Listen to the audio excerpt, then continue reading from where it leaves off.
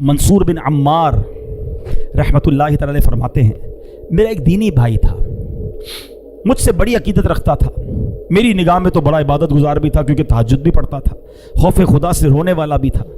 एक मरतबा मुझे खबर मिली कि वो मेरा दीनी भाई बीमार हो गया है।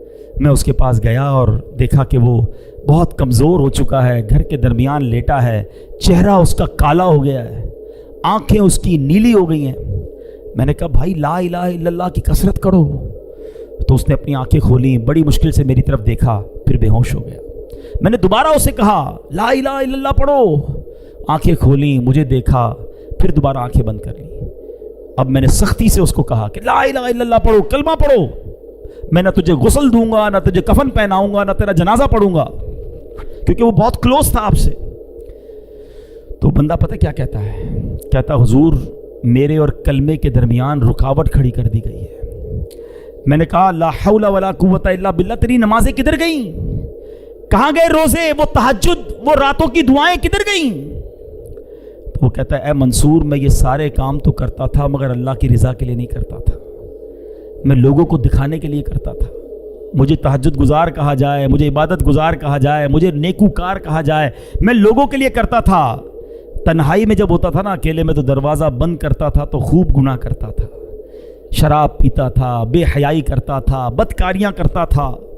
एक बार जब मैंने बहुत नाफरमानी की तो मैं बहुत बीमार हो गया, मुझे अपने बचने की उम्मीद नहीं रही। मैंने कुरान खोला, अल्लाह से माफ़ी मांगी, या अल्लाह माफ़ कर दे। बहुत रोया, पढ़ते पढ़ते अल्लाह से माफ़ी मांगी, अल्लाह करीम ने मुझे शिफा दे दी। मैं फिर गुनाह में पड़ गया, फिर शैतान के पीछे चल पड़ा। थोड़े अरसे बाद फिर बीमार हुआ, डॉक्टरों ने कहा नहीं बचेगा। मैंने फिर कुरान उठाया, रोते रोते फिर अल्लाह से दुआ मांगी, अल्लाह कुरान के सदके बख्श दे। अल्लाह ने फिर करम किया, मुझे शिफा नसीब हो गई। ए मंसूर में फिर बाज नहीं आया। जब शिफा मिलती थी तो गुनाह करता था, बीमार होता था तो तौबा करता था। तीसरी बार मैं फिर गुनाहों में पड़ गया, बड़े गुनाह किए। अब जब फिर अल्लाह ताला ने बीमार किया, फिर मैं परेशान हुआ। अब कुरान उठाया तो कुरान का एक लफ्ज़ मेरी ज़बान से अदा नहीं हो रहा, मेरी ज़बान पर लॉक लगा दिया गया है, मैं कुरान नहीं पढ़ पा रहा हूँ। अल्लाह की बारगाह में मैंने कहा या अल्लाह तू मुझसे सख्त नाराज़ है, अल्लाह मुझे माफ़ कर दे। कहता है मंसूर मुझे गैब से आवाज़ आई कि जब तू बीमार होता है तो तौबा करता है, जब तंदुरुस्त हो जाता है तो गुनाह करने लग जाता है, जब तकलीफ में मुब्तला होता है तो अल्लाह को याद करता है, रोता है, और जब अल्लाह पाक तुझे नजात देता है तो फिर गुनाहों में पड़ जाता है। क्या तुझे मौत का खौफ ना था?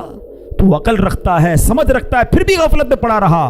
तूने कितनी बार अल्लाह से वादा किया मगर हर बार तूने वादे को तोड़ दिया। हज़रत मंसूर कहते हैं वो बताता जा रहा था, रोता जा रहा था, और जब कहते मैं तो उसके पास से उठकर चल गया कि अब इस बंदे का और क्या हो सकता है। मैं जैसे ही दरवाजे के बाहर निकला उस बंदे का बगैर कलमा पढ़े इंतकाल हो गया। आज सच बताओ हमारा हाल क्या है?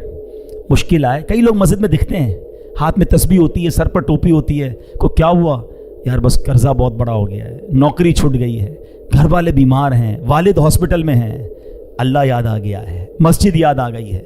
जिधर वो मसला हल हुआ, जिधर वो प्रॉब्लम खत्म हुई, बंदा ही भाग गया मस्जिद से दूर। क्या इसलिए अल्लाह की इबादत है?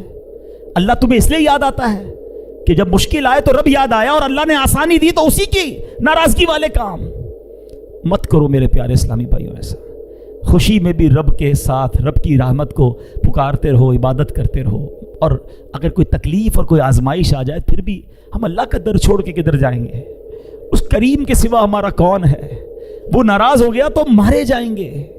आओ मेरे प्यारे इस्लामी भाइयों, सच्ची तौबा कर लो, अल्लाह की बारगाह में सर झुका दो। वो बड़ा करीम है, वो पिछले गुनाहों को मुआफ फरमा देगा अगर बंदा सिद्क़े दिल से तौबा कर ले और आइंदा